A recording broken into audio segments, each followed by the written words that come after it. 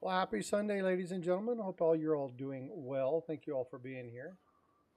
Today, I ran across something thanks to a subscriber, and I want to talk a little bit about it. You could probably figure out what that was based off of the thumbnail. Um, Information's already in the description down below. I'm going to add some more stuff a little bit later on. Obviously, if I put everything there, you don't even need to watch this to go review it. So I want to talk a little bit about that, but let's go ahead and get to the pleasantries first. First off, as always, we have Paula and Eric. Thank you two for coming up. I appreciate you being here. Good Good morning. morning. Let's go. Volume is low. Yeah, great Scott, it is. My Your volume is low. volume's yeah. How about that? Is that better? Yes. All right. Ask the chat though. They may be hearing something different than I am. Yeah, I've got you muted on YouTube, so I don't know. Morning, Steve. How you doing? Kevin Rose. Good morning. How you guys doing?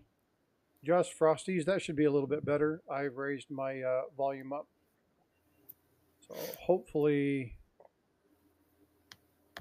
that helps. So it should be What a much louder beautiful now. morning. It's raining here. Well, it always rains there, doesn't it? No, not always. Not here, not in Southern Oregon, but Not quite like it does on the coast, but uh, but it's a good Like thing here. I didn't put all my tombstones and stuff out last night because We're finally in our dry season, hopefully. But usually from May to beginning of October, it rains every day pretty much. yeah, that was the thing when we were when I was in the Navy down there in Orlando. 10, 2, and 4, it rained like clockwork. You'd almost set your clock by it. Yep, go to the beach and get suntan. Well, lunchtime, rain during lunch, go back out and sunny again. I could deal with that though. I'd be I okay love with it. that. I love it. Everybody goes, how can you like that? Don't you like the heat? And I love it. Yeah, but it's warm rain. We have cold rain here. Yeah, more privies, Grace Scott. They said that when they first came out with these star things that they were going to be doing more of the privies. So Well, and now that we know they got that laser engraver, it's easy. You can add it to any die you want. yeah, it's still stupid. Yeah. So the interview that I was listening to, and I got to thank one of my subscribers for sending me a message yesterday on this, was between Whitman and the publishing company, the one that does the gray sheet and the red book, and Mark Salzberg, the chairman of the Certified Collectibles. He's the one that did the Nice Gang video game, the one that they just added the privy and everything. And there were a couple things in this video that I wanted to kind of just chit chat about today. It's just general loose topic, but I just wanted to kind of chit chat it because yesterday's topic was how do we do things to prevent the numismatic hobby from like imploding in itself, like what happened with stamps. And I just see some things here that go, is it really about the collector or is it really about lining pockets? And so I wanted to kind of have this. So has anybody heard what the next privy is? Yeah, the eagle flying, eagle in flight. Yeah. So I'm not sure exactly what it looks like. Obviously, the one that I put in the thumbnail is my own generated version of it. It's not that particular one. I don't know what the one's going to look like. But there's going to be 500,000, just like the Star Privy. It's going to be released April 25. But there was something in the discussion, and I downloaded the transcript, and I wanted to make sure that I heard this correctly. And one of the things was like conversation that he was having with the U.S. Mint. It was like, we're going to come down to D.C. We're going to have this discussion. His son Adam was with him, and he was saying, Ventress is a neat lady. They just did the 1794 medal. They just released that. They sold out, which they didn't sell out, by the way. If you look at the population sell reports, there's only about 49,000 of them that have been sold. Where are the other ones? That's another question. Well, their numbers don't jive. Yeah, there's a lot of things that don't match up. Um, and so looking at that, right? So there's kind of like, well, did they really sell out? Did they not? Or are they going to release them again? Do a special? Hey, we found a few more. I don't know what they're going to do with that. Um, but uh, when you're looking at this and you're listening to the conversation, one thing that really kind of sparked my interest in this was something that his son Adam said, and it was I'm pulling this up, so I want to make sure I repeat this correctly. He's like, you just don't really get it. He said, if you look at other places, people want every one of something. The American Silver Eagle is one of the top collected coins in the world. And people are going to want to collect every iteration of one. You guys are missing out. Even with us, we know that there's something. But if you have something tied to a game, that's just money in your pocket. And you can do something tricky, like call it, I use the word tricky, they didn't, a double eagle, right? And they said that initially the mint wasn't very happy about it, but then they decided to warm up to it. So again, they're already kind of playing the name game on this, and what kind of confusion, what kind of frustration is that potentially going to cause? So I have some issues with this. Do you think, and the conversation I want to have, and I want you guys to be putting this information in chat, but the conversation that I want to have today is, do you think this stuff is actually good for the hobby? Do you think that this is going to bring collectors in, or do you think this is going to be just money grabs? People who are looking to do quick turnovers, find the item, get it, sell it, make some profit, and then move on. So what do you guys think? Yeah, that's exactly what they're going to do. Mm-hmm. It's exactly what, and first of all, kids aren't going to be buying this, so they're not targeting kids. I don't care what they say. Yeah, the young kids are not going to be buying these things, and they're not going to be like, yeah, it's just silly. I don't know. They struck them on regular bullion coins. So as far as like ASC, like true ASC collectors, the mint didn't even offer them for sale to those people. So I don't think they're even going to count these as like something that they need to complete their ASC collections, because they're just bullion coins. That's all they are. They're Right. bullion coins with a silly little thing that everybody knows was only done as a money grab. You can look at the premiums attached to them and see that plain as day right in front of your face. I mean, yeah, so it's definitely a money grab. The grading companies are in on it. They made special labels for them. If the U.S. Mint and all these people are truly interested in bringing in a different, a younger generation, then they need to do something that is free for the younger generation, that will pull them in, get them interested, just like they did with the W quarters. That families were looking through coins together when the W quarters were out. The Great American Coin Hunts, they do that every year. They need to do more advertising about it and stuff like that. But anything like this is just a money grab. It's just people lining their pockets. PCGS and NGC have gone corporate, which is why you see these packs. Right. Yeah, that's all it is. It's just a, download our game and whatever else, just like with the DC comic crap that they're doing. That's been done for years. Do something that is free, that people that families can look for in their pocket change to get the kids involved. And there you go. Put a privy mark on a coin that's in pocket change. Yep. It's not about, it has nothing to do with because anyway, this is just going. Who is probably their the biggest um consumer, I guess, or audience that is downloading this app? It's people with phones and people who as far as is earning these coins, they're gonna get these coins, and these coins are not even free, is my understanding. They just get a certain code that gives them a discount to buy them. So it's not like you're Beautiful. winning these coins. That's my understanding, is that if you get to a certain level in the game, they email you a code for a discounted price on them. I'd like Yeah, to I haven't know seen how anything where you get.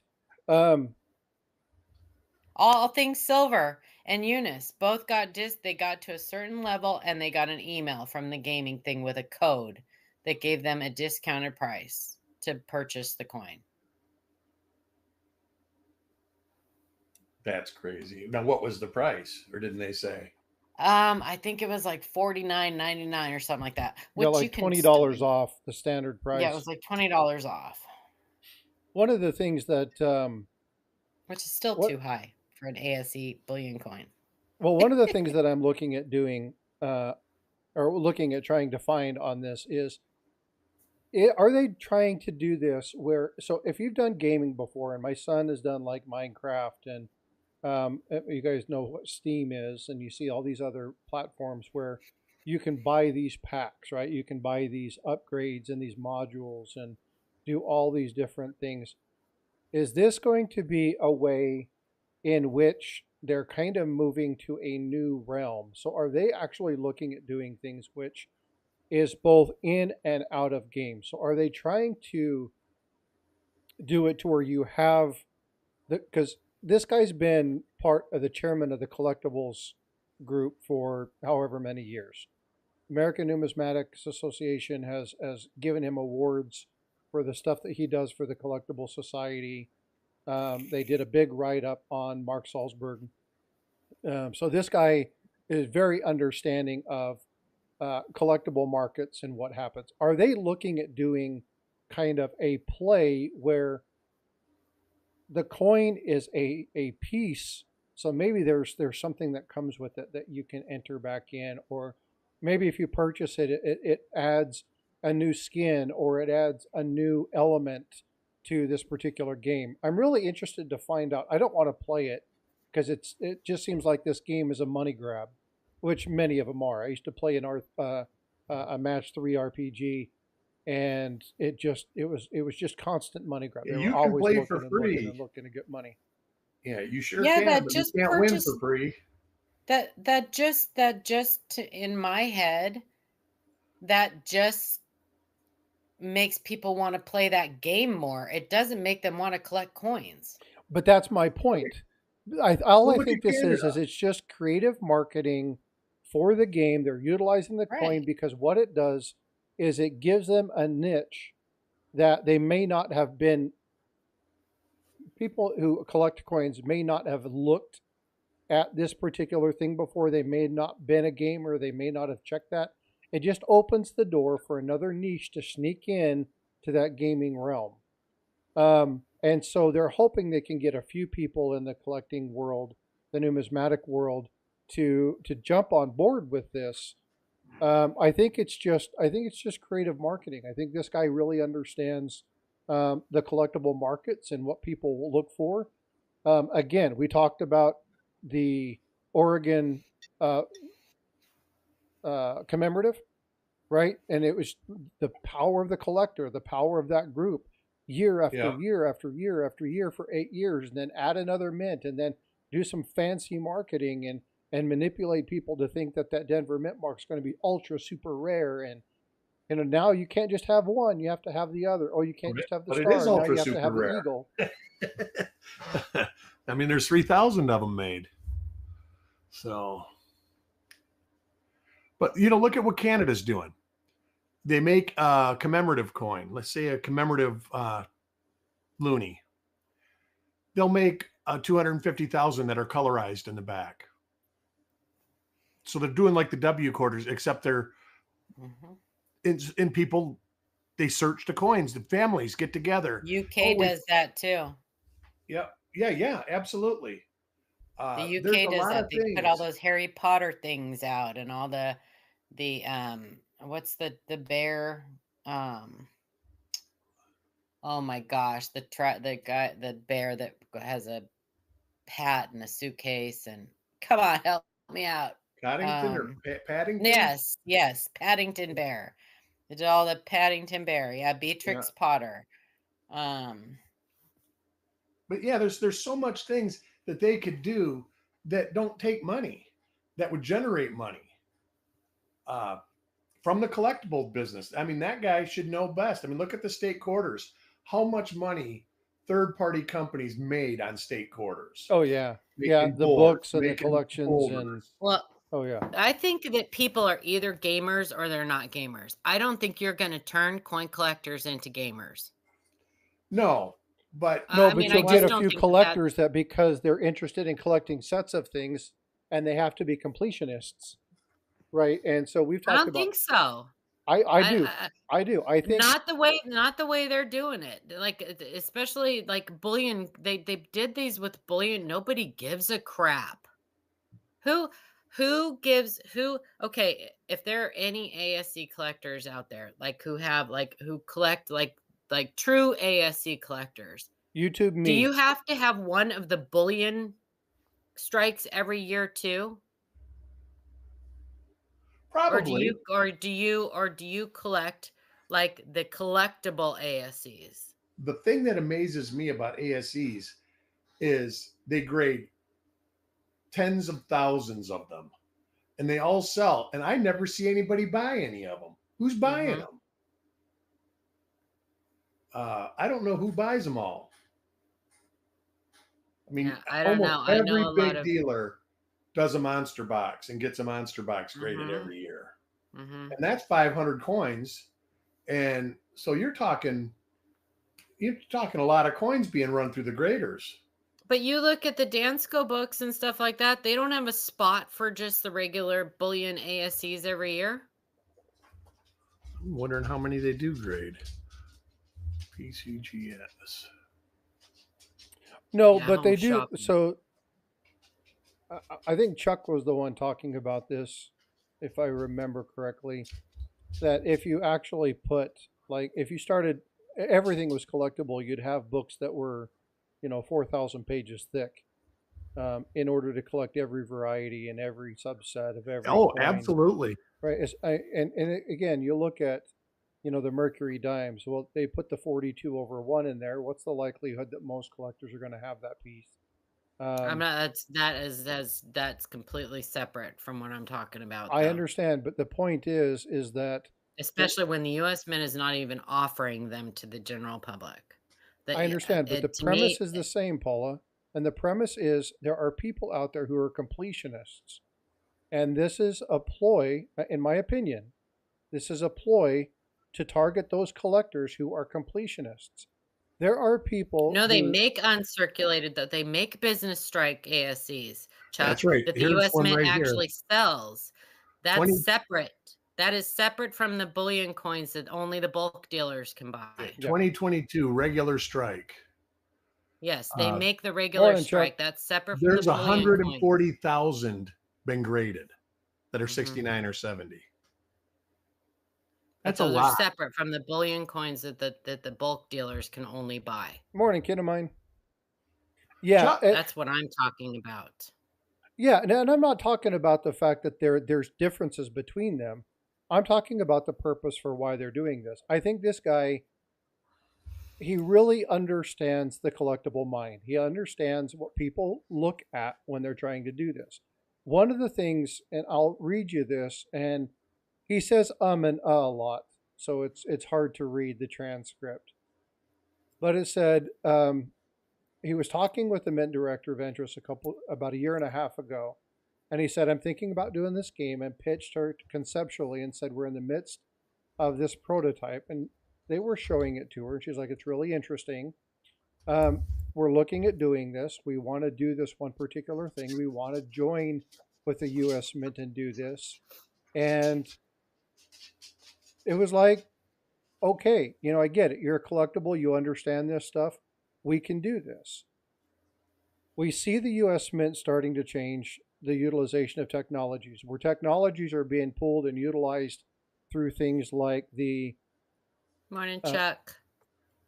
looking at things like the privy mark that just happened with the 230, or the and I can't stand that star privy, by the way. I think we talked about that 1,000 times, but um, doing these different things, right? And there's certain things that need to happen in order to get stuff done. And when they were talking about this particular thing, they were like, you've got to be careful when you're producing stuff and you're talking about this and including the mint. You don't want people dropping the F-bombs and doing stuff like that. You're talking about younger populations. You're trying to convince the kids to go to their parents to buy this game. They are targeting kids. They're targeting younger kids with this, and they're saying, hey, you can get this pack, you can get this item. And again, going back down low, and again, if you want to watch this thing, it's in the description down below. It's about 15 minutes or so. And around the last 3 minutes, 5 minutes is where a lot of the details start to come out about his conversation with Ventress Gibson. And again, his son was the one who basically stated, yeah, but Ventress, you're missing the mark. People people have to collect every iteration of a silver eagle. Now, not everybody does that, but even this kid knows that if you're in the game and you're collecting these items, you need to collect all of these items to complete a journey or a task. If they're making this as part of the game where you get to a certain point, you have to complete these missions to do this. It's working on that completionist. Now, it may not be the completionist for the collector, but you're still working on the completionist mentality, and they're utilizing that against them. And so But what they're I'm afraid of, missing the mark, though, Frostbite. That's my point. Is by not offering these to the true collectors through the U.S. Mint, they're making a huge mistake because agree, they're just 100% agree. Yeah. Piss off their bread and butter. Yep. And again, this is where it's not about the collector. People are like, "Oh, this is a collectible coin." It's not Oh, it's about a the money collector. grab. This is a money grab. They are utilizing the Mhm. collectors to sneak into a niche that, again, utilizing collectors, and he knows the minds of the collector. He understands this. This guy's done this for a number of years. And as I stated before, he's received awards from the American Numismatic Association for his work in collections and things of that nature. So again, when you look at this, you're actually seeing you're seeing him utilize his knowledge and say, look, there's a whole nother venue here in which you can get people to buy these pieces, but it's not good. They're not looking at building numismatists. They're not looking at creating a better world for the hobby. They're looking at ways in which they can kind of tie people into collecting a series of something that is, in my opinion, mediocre. I'd be really Okay, let interested me to ask see what you the a Eagle Privy question. looks like. Does he talk about why he didn't go after Xbox or PlayStation or one of like the really well-known gaming people instead of this company that nobody has ever heard of? This No, gaming company that nobody has ever heard of. Why did they go after that? If they truly wanted to get the kids involved, why didn't they do it as something through What Fortnite or something wasn't like there that? something that was said that the owner of the company was actually something to do with one of the grading companies and was a coin collector? well, Exactly. but no. Okay, so Mark Salzberg, who is again a very powerful and influential, right? He's the one that actually went to the Mint. The Mint didn't approach them. He's the one that went to the Mint, met with them, told them what they were doing, gave them the stuff. They've been working on this for over a year and a half. He's the one that went to them. Talked. He's an influencer, and he's like, and so I'll read you this portion of this as well. Says, and again, it's going to sound a little bit whatever because it's looping in another portion of the conversation. But they were saying it's a really cool variety. It's never been done on a Bulliu issue coin. So I think there was something crazy about being able to do this and get them to do this within 3 or 4 months. I also reached out to the CEO of Atlantic Records as an advisor, a partner in the game, who is also excited to do this. We utilized the newest thing that we are going to go with the game is the big influencer, and he knows and you know that the music behind whatever it is that's going to go in is going to be big. They're going to pull that up. They pulled up the privy mark and they showed this. And they showed how they doing this, and it's all marketing. So they've got these big influencers all coming together, talking about the dramatic game, talking about the music behind it. Like all they're doing is it's just pure marketing. And he talked about this again. Go watch the thing. It's not just my words. You know what's funny though is that my grandson and his friends, they're all like big gamers. I haven't heard them mention this one time. So where is the marketing for this? Like where is this being, like how are they getting this information to the kids? Oh, I'm sure there's other. I don't know their marketing plan. I haven't seen their marketing plan, but I can tell you this: as a person who used to play Match 3 RPGs, and I used to play them a lot, there were new games that rolled out all the time. This is a mobile game app. Yes, I understand. Yeah, but there are games that roll out all the time. There are always new games that are popping in and popping up. And one of the founders of the company is Mark Salzberg. He owns part of the gaming company. Yes, I know. That's what I said. Yeah, right. Oh, I thought you said that he was the one speaking on behalf for them. No, he's the owner. He's the operator. He's the creator. He's the creator. He's the one who, he's the one that has went through all of this. He's the one that sat down with the Mint. He's the one that got Atlantic Records involved. He's the one. He's utilizing his understanding of the collectible market. Other than YouTube, has anybody heard about it anywhere else? You'd have to ask people Other in the gaming like community because Facebook, I don't. Has anybody heard about? I don't even follow it.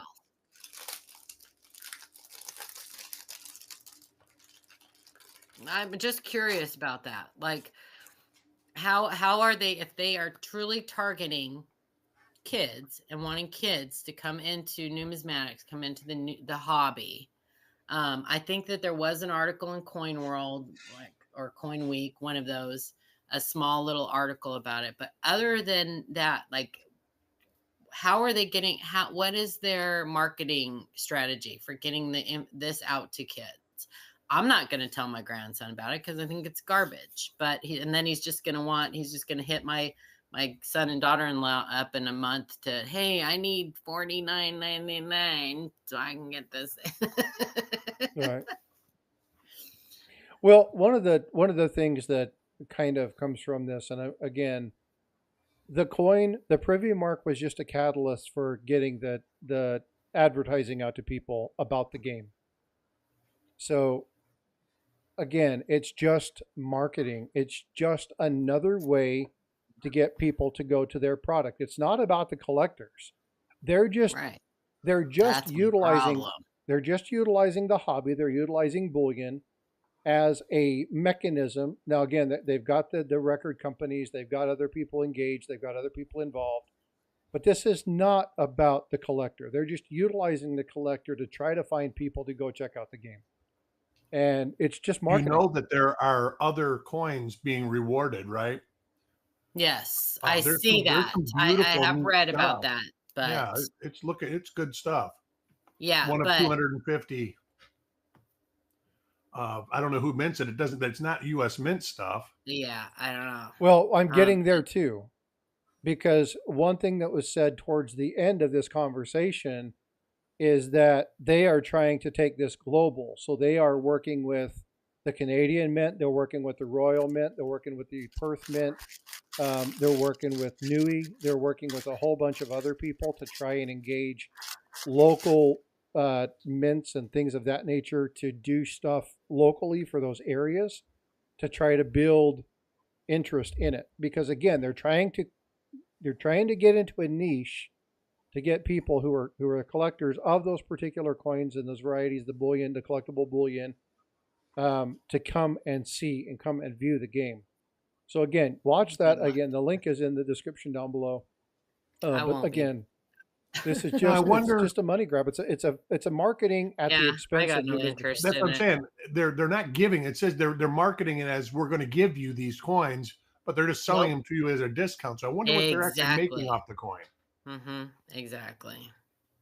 Yeah, I don't know. I'm not It's like interesting. I'll watch it. I'm not interested in it. No, I'm not. I'm I'm not. not interested in the game. I'm interested in seeing what they do because some of those collectible coins, the 1 in 250s,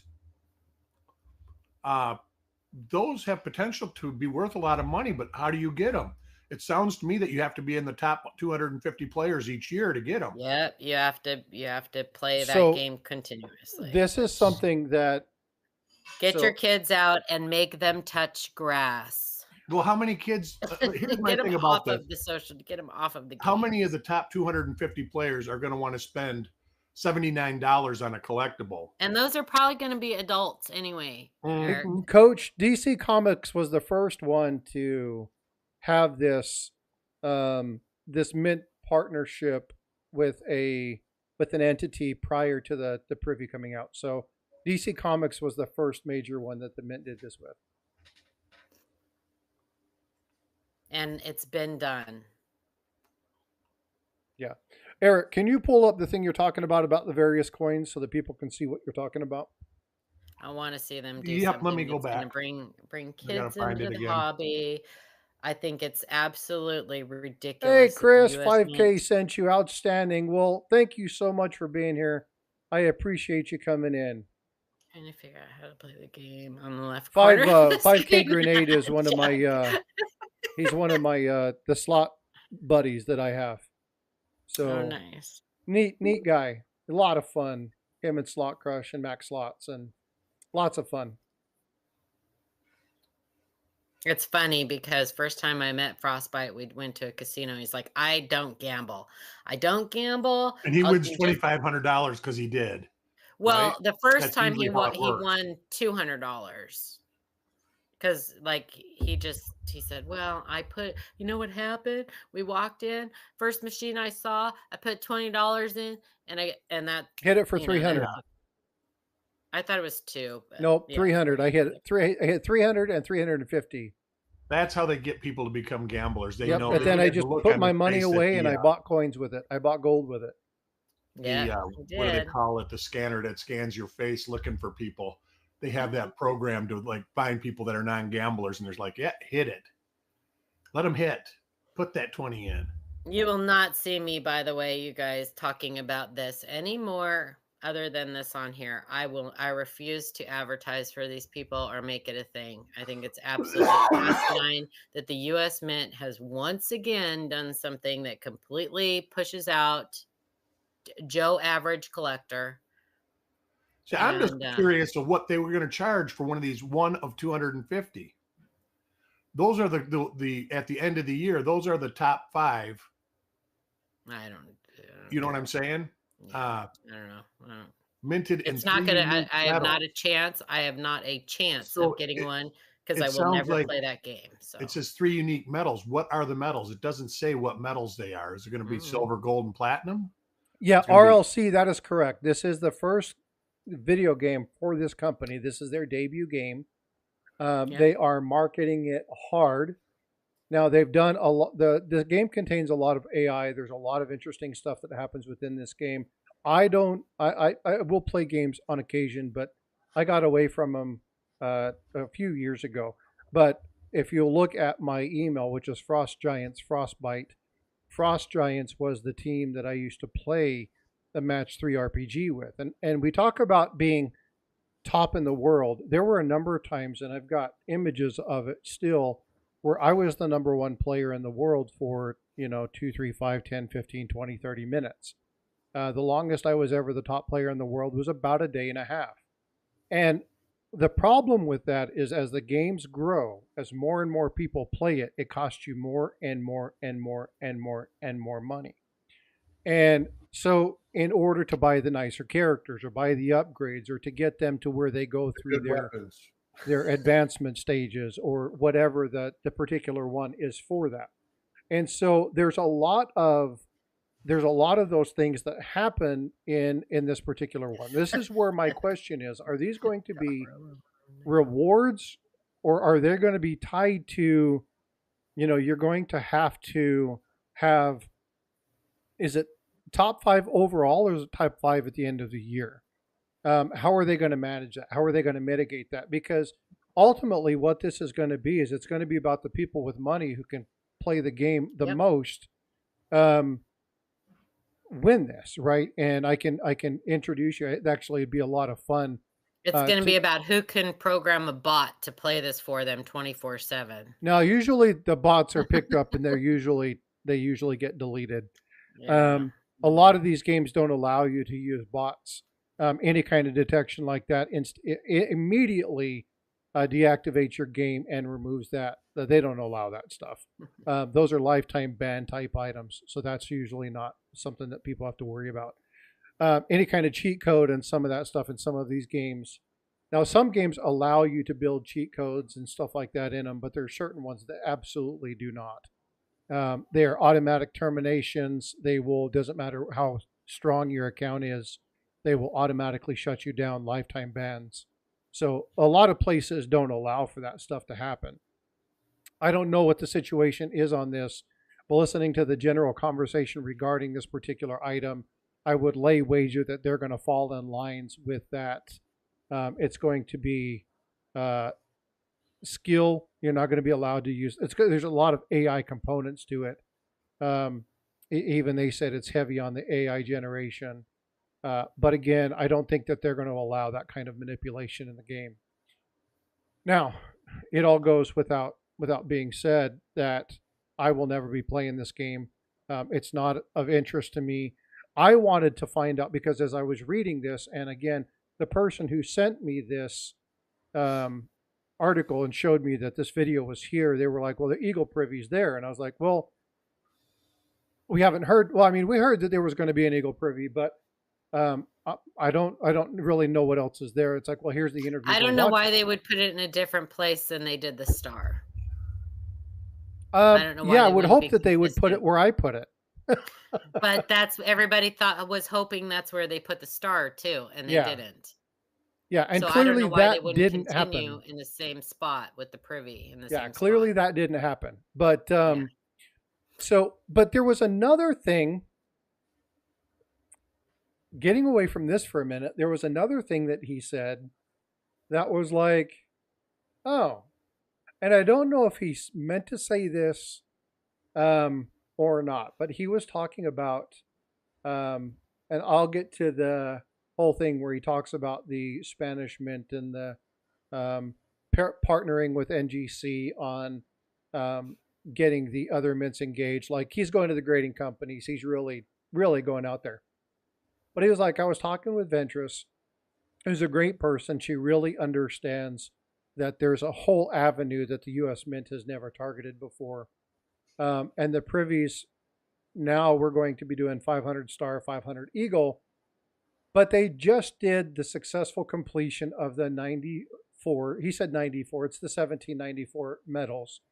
They sold out, and they're getting ready to do the gold ones. She's going to be signing the certificates for those COAs. They're going to be fantastic, and they're going to be just gorgeous. She's really open-minded. She's just dropping into this. She said the hard part is navigating Congress and the system. But she gets to make decisions regarding some of the stuff because it's not there are certain elements on a coin that have to be there. So the hint was that there's not going to be a privy on the gold, but that she's going to be signing the certificates on some of these gold coins as well. Well, they have on their thing in one of the articles at the very bottom. If you scroll the bottom, it says a select few of these will be auctioned to the public. So I am not sure what that means. Like that's the Easter egg that I'm waiting to find out what it is. A select few will be auctioned to the public. So I don't understand how the U.S. Mint's going to be doing an auction. But Mike from Mid-America says that they are releasing these to the public Papa in York, that's Baltimore. I think, hilarious. or Sorry. Papa York's like, I prefer spearmint over the U.S. Mint. I don't know. I think that I think that until the U.S. Mint starts actually talking to real live collectors, we're going to continue to see crap like this. It's just going corporate. They're catering Well, like anything to else, if somebody's willing to pay them money, I'm sure they're willing to Yep. listen. Yep. It really has nothing to do with the collectors. Like the auction Nope. thing, I'll bet you all about the auction thing. They're going to auction some of these gold coins. You said some of the gold are going to have privy marks. No, I don't think so. They're going to auction something special. Something signed That way they COAs get the or money because they probably looked at this flowing hair and was like, "Hey, how these Mhm. coins shouldn't, these people are making money off of it. We should be making that money." Congrats, Chuck. Businesses have a tendency to do that. They don't want other people to make money. They just want to make money. Yeah, or they're going to have like dual holder, like a silver and a gold and a dual holder or something. I don't know. I'm waiting to see what they're talking about because if like I've never seen the US Mint auction anything. So and then once again, they're going to be pushing 99% of their customers to the side for a select few. So I don't know. Yeah, so Well, Coach, that's that's another how question. we work here. Why didn't they seal the metals? Why didn't they wrap them in plastic and seal them? What did I win? I've got What did Chuck win? I've got a really cool casino token that I'm going to send you, copper coins. CCAC, they don't have a collector on the board right now. Matter of fact, they are looking to employ one, I think. Isn't that right, Paula? Yes. They have an open position, but that's also going to be full of Yeah, of 11 people saying, "Nah, I don't think so." Yeah. That's probably why the last one left. Well, he was Wasn't very looking at adamant that photos from the stuff. whatever the U.S. Mint drops as far as the gold coin goes for this flowing air, he's going to be buying it. He says he thinks they're gorgeous, and he really likes the fact that Ventress is open-minded. She's dropping into this, even though it's hard to navigate with Congress and the system, but she's allowing They are this system. So I it's wanted open to right be a now. resource to her. And so in the meeting, she says, "What do you think? What do you know? We'll do this. Are you okay with this?" So again, he's selling himself as kind of a mentor for collectibles to her. Again, I see this as, we talk about Burby, and we've talked about some of the other people who have the authority, who have the ear of the people in charge. It's amazing what you can do when you have the right pool. Well, I'm gonna go against the grain and be the outcast here and say that I am sure Ventress Gibson is a delightful woman, and I've heard great things about how nice she is and everything, but I am not impressed. I am yet to be impressed by anything that she has done for us, the collector. You're not alone. I'm unimpressed. I don't People think she's terrible for the job, but she hasn't done anything to impress me either. She hasn't done anything to push me in the opposite direction. She just status quo as far as I'm concerned. Yep. She's just doing a job. Chuck, I'd have to send a nickel back to him. I'm allergic to nickels. Many of the things that she has done has pushed the collector to the side, just like this. I don't think you can blame her for that. I mean, that's been happening constantly. The only time they actually gave a shit about the collector was when they put the W quarters out, and actually the W dime in 90s is at 96. They've done little things that people like. Then there's a double W nickel. They've done a couple things like with mint sets, and that was actually a good idea to try to make mint sets sell. The 1995 double die. Well, yeah, There's, depending on what story you read, there's good stories about that, whether they're true or not. That Right? those were manufactured within the mint to show how they were done, or something like that. Something.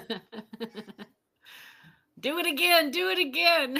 Yeah, well, yeah, exactly, Chuck. But like I say, there's so many easy things that every other mint is doing to get people to look through their change. With Canada with the colorized coins, I think that's a great idea. Oh, they have a huge opportunity in 2026 to do something special. Nick Molinar, is he in the stream? Who? Nick Molnar. If Nick Molnar's in the stream, I actually go and watch him. You even look at Hunter's another one. What's his name? Oh, good Lord, our excited buddy. Coin Junkie. Coin Junkie. You guys thank you. Go watch Christopher Collects from the UK. He's great too. I like. Yeah, him there's so many. The numismatist, the numismaticist. Sorry, Paul. Numismaticist. The numismaticist. I always have to say that. Don't get me going. But the numismaniac, he's another one that likes to do this kind of stuff and talk about, do trivia and stuff like that.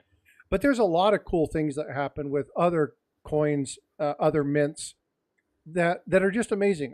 I look at the quality of some of the stuff coming out of Perth or Nui. Now, granted, a lot of that stuff is collectible bullion, right? But there's so many cool things that can be done. We talked about this a number of times when they first dropped the Liberty Bell privy, right? Why would they go with just the date and not do something like have that Liberty Bell privy on 1 million or maybe even 250,000 coins and do that search like Paul has been talking about in the past? Mm-hmm. Like they did with the W quarters or the V75, right? Do something, unannounce it, just announce it in like, when is innovation dollars? That would be perfect. Do it on the nickels, and people will pull those nickels out of circulation. And then totally cut dollar bills out. If you want to get some of those nickels out of circulation, and put them up, do something on the nickels. Well, we're making these innovation dollars. You want people, and that's always been the goal. Is it costs a lot of money to make $1 bills? Yeah, but those don't go into general circulation. But they were supposed to. The reason that they were supposed to replace the $1 bill back in the 80s. I know, but it just people wouldn't embrace it. Canada has the perfect solution for it. You totally get rid of them, and you don't give them a choice. Mm-hmm. And then you make the coin, and then you put colorized on the back, because some of the new 2020, the Florida and Michigan coins look great. The options for the reverses, they're awesome looking. There's some great artwork. If they colorized one of those, did 250 colorized coins, you'd have kids running for those things. Well, they also do that, but they don't run the massive billion mintages either. So they do smaller runs of those, and they do, 250,000 non-colorized, and then 250,000 or 25,000 colorized. You can thank the vending machine companies for those. And so I really like, and again, we look at, I watch a number of people. Found It Buried. You guys know Found It Buried, Paula.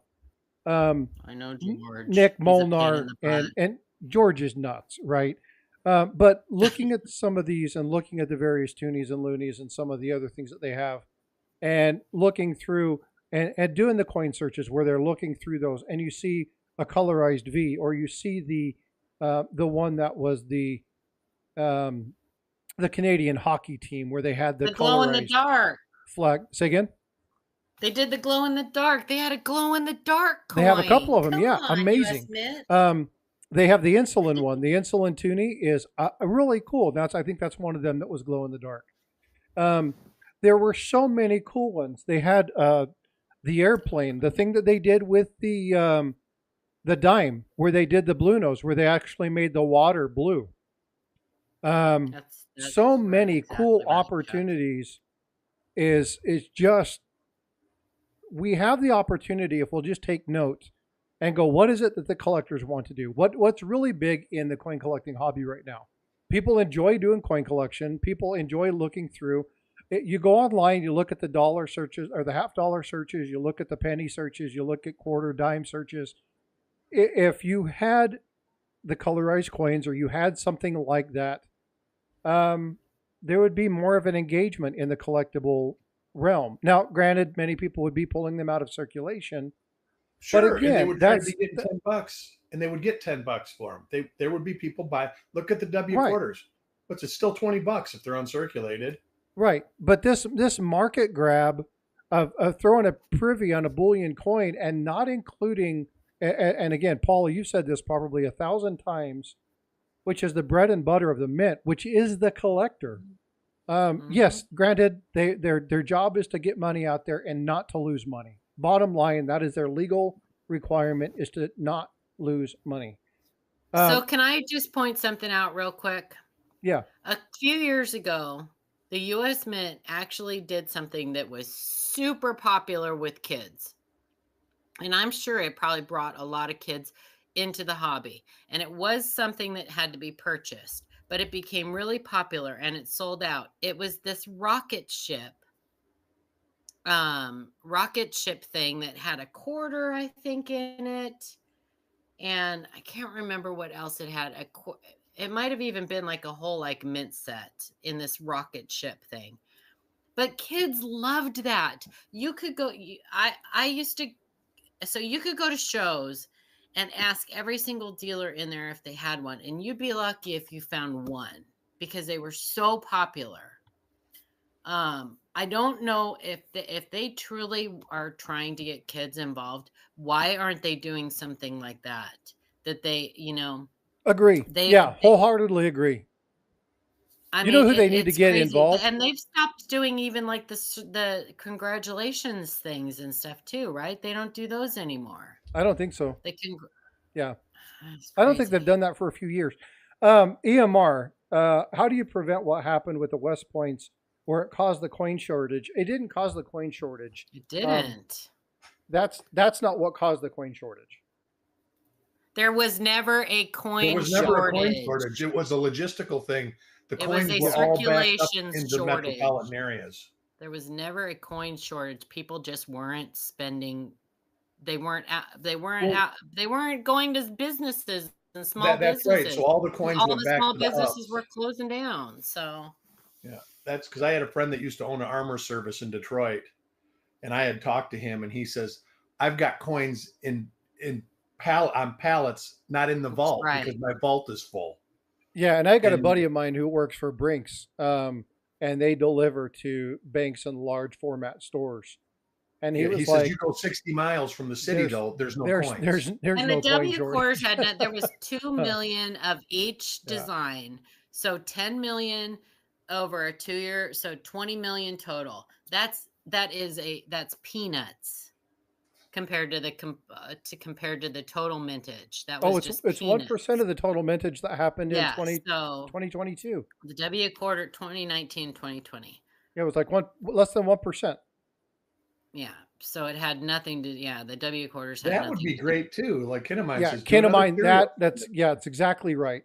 I don't know if you guys, and I remember, and I still remember it to this day, opening a bag of Kellogg's cornflakes. Frosted Flakes, excuse me, and pulling out a card that says, "You've won."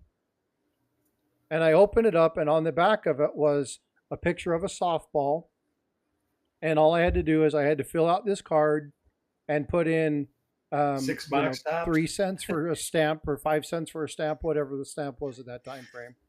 And they sent it off, and then they, 8 weeks later, 6 weeks later, whatever, I got my big old softball with Tony the Tiger on it, Payday did it with a nickel. Yeah. So if you want to get people involved in that regard, those are things those are the hunts, right? Those are the things that really get people engaged and looking for stuff. But yes, they are. This grab this isn't about collectors. No matter what they say, this isn't about collectors. This is a money grab and a marketing ploy for them to push the agenda of this game. That's all this is. Yeah. And they're doing it at the chagrin of the collector, and using us basically like Michael. It's not just the S-Mint women's quarters. So the S-Mint women's quarters were not minted for circulation. So those are actually like an NIFC. But there are S-Mint business strikes that were minted minted for the, so I guess none of them were ever really put out in circulation, right? 2012 to so they were minted from 2012 to present. The S-Mint Business Strikes, and they are a super low mintage coin, but most people could care less about them. You are correct in that. So why You is that? Why is it that people They don't? haven't been Because marketed properly. it was never really marketed. There's an easy way. You put Yep. 10,000 coins in circulation, and everybody will want to buy them from the mint. Yep. Yeah, so they already are minting the S-Mint Business Strikes. Put some of those out in circulation. That's right. There's very simple things they could do that, yes, it'll cost a little bit of money because you're going to have to put those coins to have them distributed so they're not all in one roll. But they managed with the W coins, and I don't think it was that difficult. They just sent it out to 14 different hubs or something like that. Yeah. And they got dumped in and mixed in. Was Seattle. Yeah.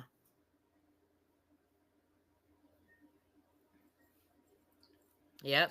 And the majority of them were went to Jeep and John and Dodger.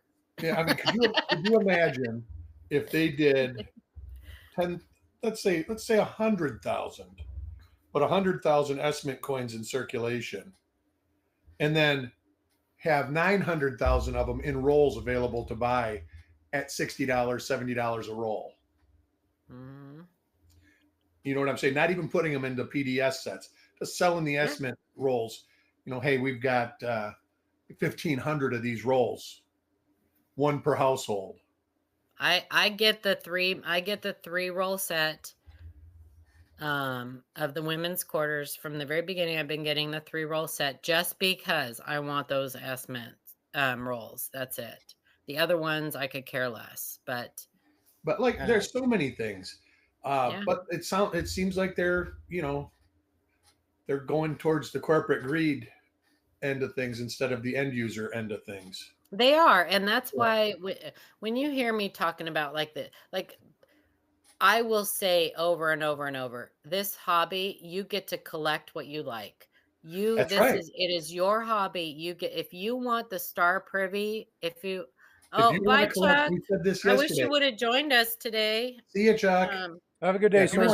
Parking lot coins. Collect parking lot coins. Yeah, collect what you like. You want these star privies, you do you. $100 billings gonna be the $100 bills.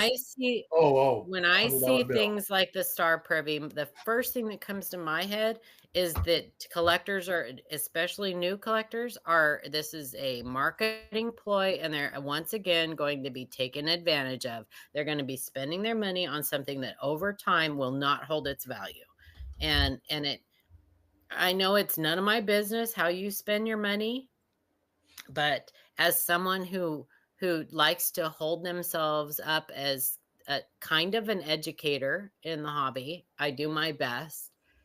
I have a responsibility to inform about everything, including what I think is a bad way for you to spend your money.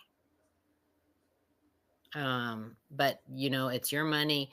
You spend it how you want. You make this hobby, whatever keeps you in the hobby and keeps you interested is ultimately my goal. But you have to be aware. Well, the $100 redesign is not. It's not that much difference. It's a blue anti-counterfeit streak. $100 bill is gonna be redesigned. Well, I don't pay any attention. I would not even know. It's got a little gold. I don't handle a whole lot of $100 bills, first of all. Yeah. Well, I mean, you hear about this, and I was instantly thinking about, about 6-7 years ago, they were going to remove Andrew Jackson from the $20 bill because he was cruel to Indians or something like that. Weren't they talking about putting Harriet Tubman on for a while too? They were. But she got 7 different coins. She got 7 different coins.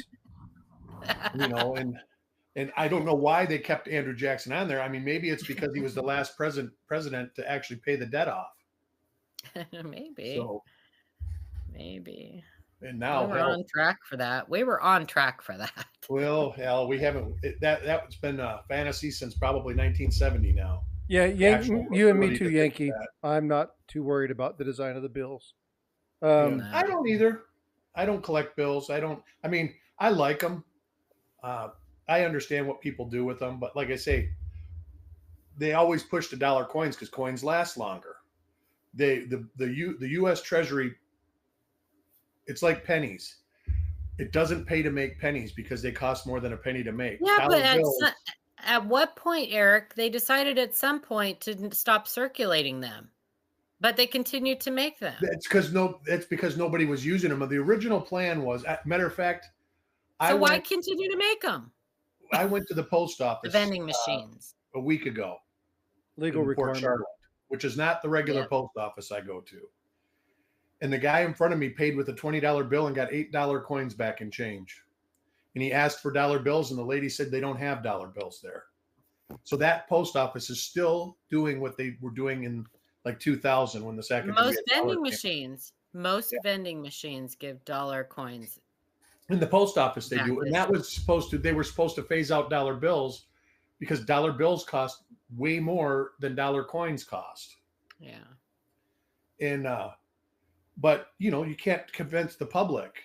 What would happen if they said we're going to quit making $1 bills? You know what's going to happen? Everybody's going to go to the bank and want 5,000 $1 bills. Chuck, you should come up and talk with us. Yeah, you have the email last time. It's the same link. If you want to come up, feel free. You know what you guys can do to get, if you have young children or grandchildren, go to your bank, get some rolls of dollar coins, in particular the golden dollars. And here's the thing: anything you can that's find golden. all of them. You find all the NIFCs, everything, because people buy them, and something happens, and then people just take them to the bank. Go to your bank and get those rolls. Take them to a creek nearby or something, and bury them, and do a little like pirates treasure hunt with your grandkids or something. It does two things. It gets them outside into nature, and it makes them active, and it gets them kind of interested in coins that they've never seen before. These are blue. The nickel is worth. That's right. The Canadian nickel is worth even more. Yeah, but not when you factor in the cost of having it. Well, Canadian nickels are 100% nickel. I'm talking about the U.S. nickel coin. Is only like 40%, isn't it? But you have to have them refined. You have to have it refined. Well, that was the big thing back when I had. I was buying and selling a lot of coins back in the early 2000s when I had my business doing it. There was nobody that were refining the nickels, the silver war nickels. They would still buy and sell in the 40% halves because they had to send them out of the country because they required chemicals that were not, they were frowned upon using here for the EPA. So I don't know if they've changed that or not. If there's anybody actually in the U.S. that's refining 35 and 40% silver coins. Look who joined us. Good morning, sunshine. Hello. Hello. Good morning, sir. I'm going to go get some coffee. Oh. I'll be right back. I walk in, everybody else storms out. They're like, oh, Chuck, we're going to need some coffee. Sniffing armpits here. I don't stink that bad. Lee. How are you, sir? I'm good. I've been listening to conversation. It sounds to me like the U.S. Mint probably just isn't getting much of anything right these days. And I haven't really followed any of the goings on at the Mint regarding their special programs in probably, I'm going to say 10 years, almost 10 years now. It largely became a thing of, I could just see that it was kind of going downhill, and I didn't really have any interest in what they were doing anyway. So I just quit following. And now I see that I haven't missed anything that I would be interested in anyway. Right. I think they've tried to do some things, but I don't think that they're I think they forgot who their audience, their target audience is, their primary audience. I think I'm wondering. Again, a lot of times when you're trying to be The black thing that all inclusive, like you're trying to, right, like make everybody happy, you're going to leave out I the know people who are that's the why bread and I butter of told this. Marty last night. I said, well, first of all, put the tombstones in the ground is like hard as a rock. Let me She mute doesn't her. know she's taking over the conversation. Yeah, I just muted her. She can come back up in a second. But She can come back and unmute herself. yeah, she comes back in and this stuff starts moving. I'll turn it back on. But yeah, again, and it's just one of those things that I think I want to be very clear. I don't think the Mint is doing anything wrong. I just think that they need to be reminded who or what are the elements in which are going to help collectors engage in the products that they have. Is there really a nailed down topic for today? Because I'm kind of a little confused. No. So there isn't anything specific. Okay, so we go to I'm going to segue just a little bit because we're kind of talking about it, but we're kind of not. Revitalizing the numismatic hobby for the next generation. I think we really have to focus on what they want to do, what they would have as their main collectible, and in doing that, we also look back a couple of generations and see what used to excite people and why. Were they collecting because they like the pictures on the coins? Then we need to concentrate on the pictures on the coins. Were they collecting because of investment value for later? Then we need to be concentrating on investment value for later. There's things that we need to see. What was it, a fostering thing where people, fostering the kids into collecting? That's most likely because kids also collected stamps back then. Yep. But we need to find what excited people in the 50s, 60s, 70s and figure out whether that same thing works now. And if it doesn't, stop trying it. Do something different. And if this, I don't even know what you guys are talking about with this video game thing, but if that's what excites kids and that's what's going to bring kids into the hobby, then don't poo-poo it. Just embrace it. They're not giving stuff away. They're making you still buy it. Okay. Well, I mean but that isn't really up to you as to whether or not they enjoy that and they buy that, because we're trying to foster a new generation of people. Now, if it's costing them $39 to $59, whatever, per unit, then good reason not to do it, because kids can't afford that sort of thing. And that's what we heard, $49. Isn't that what you said, Frostbite? Okay. Yeah. So if you reach a certain level, you can get a coupon for maybe $20 off the but they also have them slabbed and graded at like $69.99 and up, depending on the label that they have on it, and they go outrageous. Yeah. But again, I don't think, Chuck, that they're targeting. I think we have it kind of backwards. So I think they're utilizing the coin collectors as a way in to get more people into playing the game. Because they're like, oh, I've got to play the game in order to do this. I don't think that it's one of those things where they're utilizing the game to say, hey, we can also teach about coins and, get people excited about this. I think it's just the opposite. I think they're utilizing our hobby as an avenue to sell more games. So that's the problem that I have with it. It's not the fact that, if this was really targeting something and this was really targeting the youth and they were looking at doing something to benefit and grow people, and they really were trying to find things that were collectible items that people really would be interested in, and it was about the coin and not so much marketing for the game, I might be able to come alongside of it. Our topic in bringing the Mint into this is the Mint has a lot of opportunities to do things like they did with the W quarter or the V75 or the state quarter program, There's a lot of things that Mint could do to help stimulate. It just seems like they just keep missing the mark and targeting the investment community, targeting the big company to get those big sales, because again, their overall arching legal requirement is not to lose money. Well, why don't they, if they want to, marry the gaming world and the coin collecting world, why don't they make a game about coin collecting?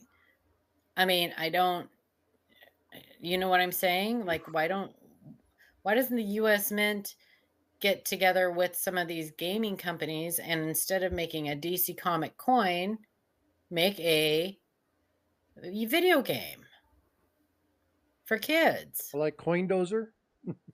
Something like Pokemon Go or something like that, you The know? power of copper comes back to gaming. There you go. Lincoln Cent against Jefferson Nickel. Exactly, something. I mean, that just seems like a no-brainer. Like if you want gaming people to get involved in coin collecting or coin collecting people to get involved in gaming, make a game about coin collecting. I don't know. There you go, Chuck. Next project.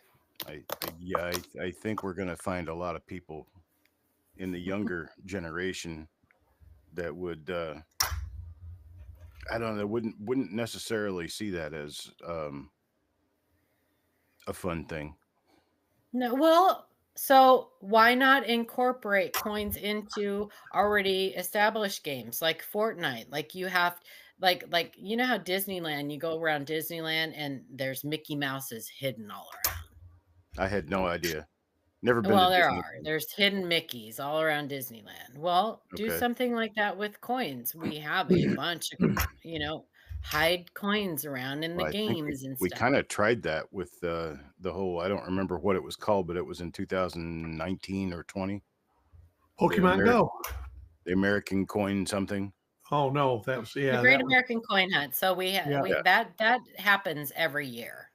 People just don't know about it. Like I think in 2019 it was more advertised because that was the first year of the W quarters, and then they did it again in 2020 for the Great American Coin Hunt. And since then they haven't really done. It's always kind of been up to collectors and like coin shops and stuff like that. They will throw 2-cent pieces or Indian head cents or something like that into change for people to go find. So it happens every year, I think around May, the Great American Coin Hunt, but nobody knows about it because nobody ever talks about it. And that's another thing that why isn't that talked about more? That would include me. If I had more of an opportunity to know about something like that, I'd probably spend a couple of rolls of wheat pennies every May. Yeah, it's I don't know every anything year about it. It goes on, and people just don't talk about it. Why doesn't the U.S. Mint get more involved in that? And if you really want to bring kids in, I mean, I'm telling you, I didn't get it. I still have never found a W quarter, but I had more fun watching people. New channels popped up on YouTube. Like there were families involved with their kids looking for those W quarters. It was so much fun to watch people hunt for those and get excited and talk about them. They're still talking about them and still finding them. But I haven't yet to see anything since then that has done more for the hobby and more to bring new people into the hobby and in particular kids than that. Why was that abandoned? Why didn't we continue that like every year? I don't know. I didn't know about it. So, I mean, that could be the but reason. That in lies part of the problem. You're a pretty big name in the community, and the fact that you don't know about a program that's out there regarding coins, I think that's a fail. Yeah, that's right? What I would say. And so that's part of the discussion that we're having today. Is there's so many great opportunities, and again, I'm not saying Ventress is doing a good job or she's not. I don't know her. I don't work in that area. I don't know what they do. I can't speak to how good she's doing. There are people like Matt and Mike from the Coin Show podcast that they have the opportunity to talk and interview with her, then they have a better understanding and viewpoint than I can regarding that. I think, in my personal opinion, that she has a great opportunity.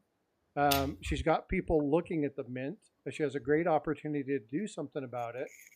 I just wish that she would stop looking at large business and really start looking back at the American people and saying, what is it that we really want?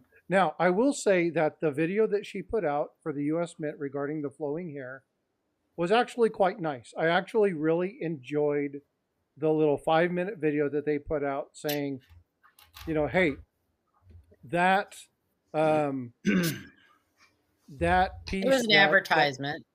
it was an advertisement, but again, hey, we listened to you, and it did come from the things that you chose to do. That was great. That was nice.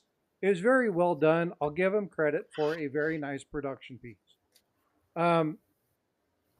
But if they listened to us, I would like to go back and see the actual winners of which ones they thought should be the coins, because I'll lay wager the ones that won aren't the ones that were chosen. That's right. They The were last time I agenda-based saw the items US that were Mint do anything pre-chosen. for the collector. Yep, and it wasn't the collector. They just did this as, hey, you know what? There's a lot of people who complained about this. We need to make sure we have something out there that meets that criteria. So we're going to go ahead and throw this metal out there that meets that criteria. Oh, by the way, let's do something that's a little bit more of a grab, and let's throw this privy on there.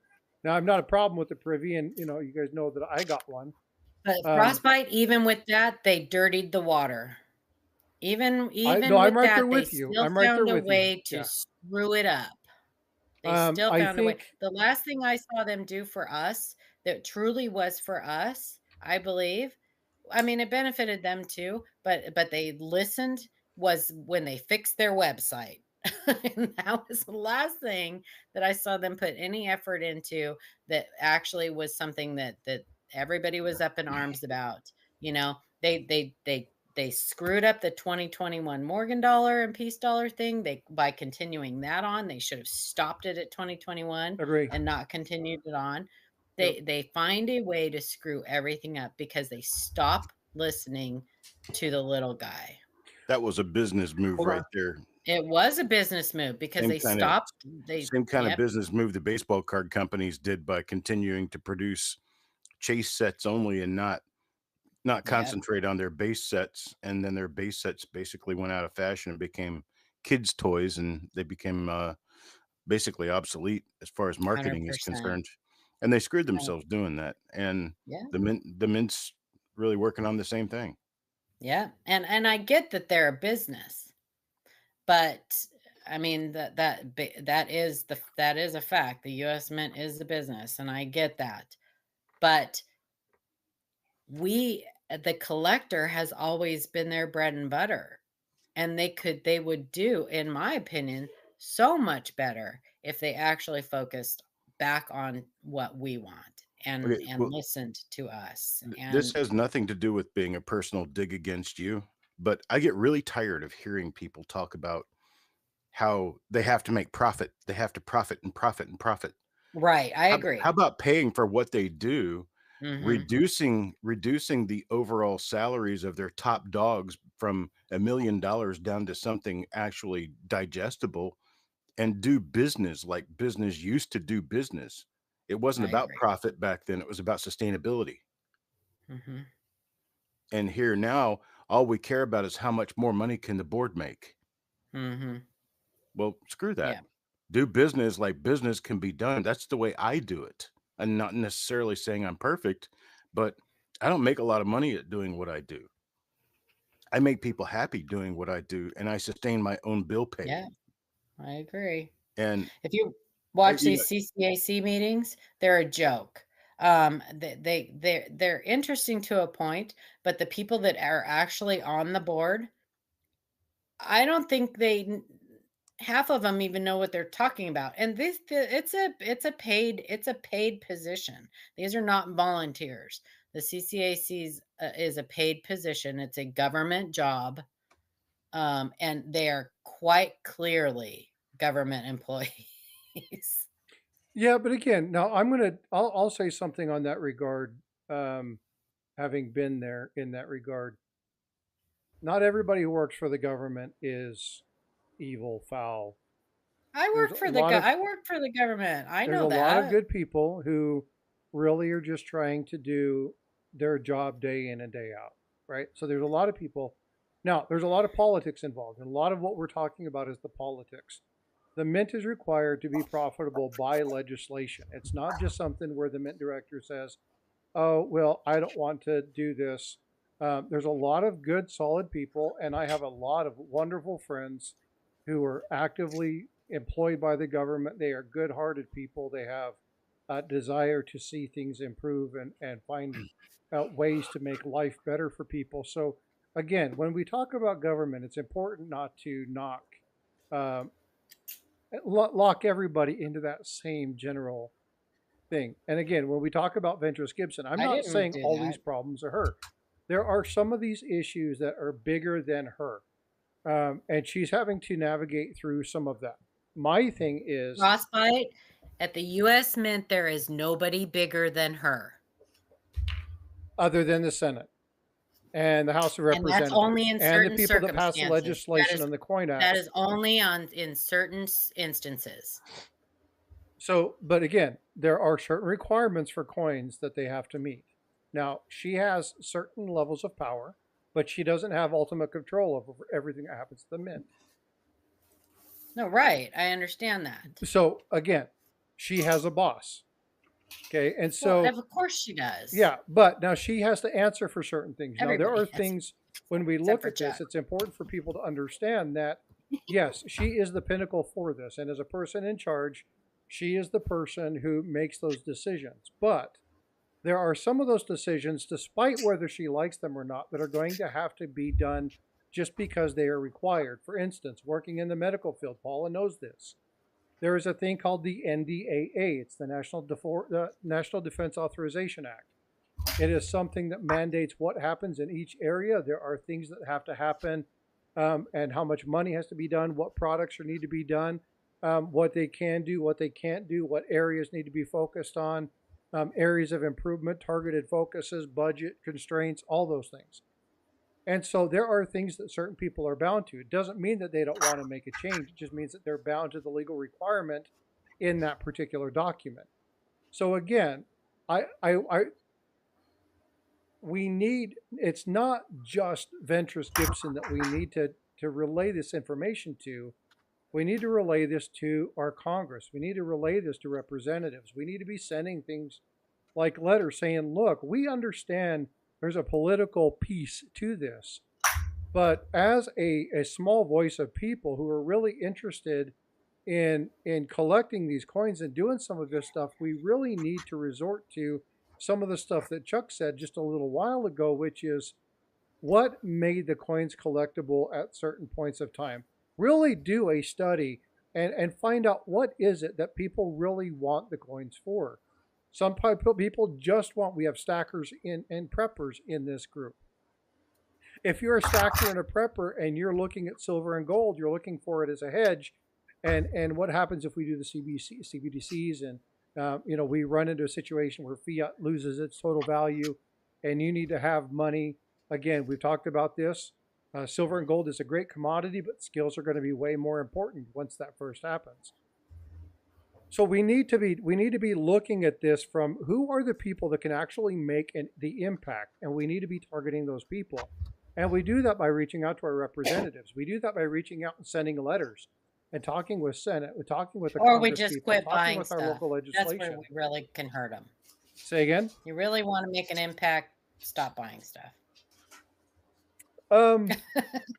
That's right. No, she's right. I mean, ultimately, that's the best way to get action. Thanks, is Jonathan. to do the opposite of what they're trying to do. Yeah. Don't think that's the direction you want to go, though. No, I'm not going to saying, go in that ultimately, direction because I will, as much as I complain about the U.S. Mint, I've written a couple emails and that's about it. I'm a lot of talk and a lot less action, and that's unfortunate. And I need to put my money where my mouth is and start you know, whatever. If I really want to complain about it, I need to start writing stuff. Otherwise, I need to just shut up.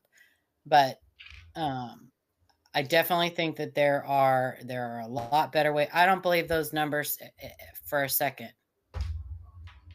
I don't believe them for a second. I think that what they are doing is they are adjusting their numbers to account for returns that they're going to get. That's probably right. And I think we determined they don't resell returns. I don't think so. No, They would Depends have a upon the hard time with purchase. this, It depends especially upon because the reason for return. they would have a hard time with this, especially because people aren't going to buy these without a chance at getting that privy, and all their returns are going to be ones without a privy. well, they got sued. Like I said, there was that deal with the 1999 Silver State Quarter set that they found a bunch of them, and it was like 2002, 2001. Could you say that we're like clad or something? No, they had milk spots all over them. Oh, milk spots, yeah. And so if you didn't open them, they were great. But when people started opening them, they were like, hey. Then they realized that the reason they were there, sitting in there, is they were scrapped. They were supposed to be melted back down. Yeah. I think they did sell out. They said, well, like I said, I don't believe those numbers. I think that they're adjusted for something. I think that they did sell out.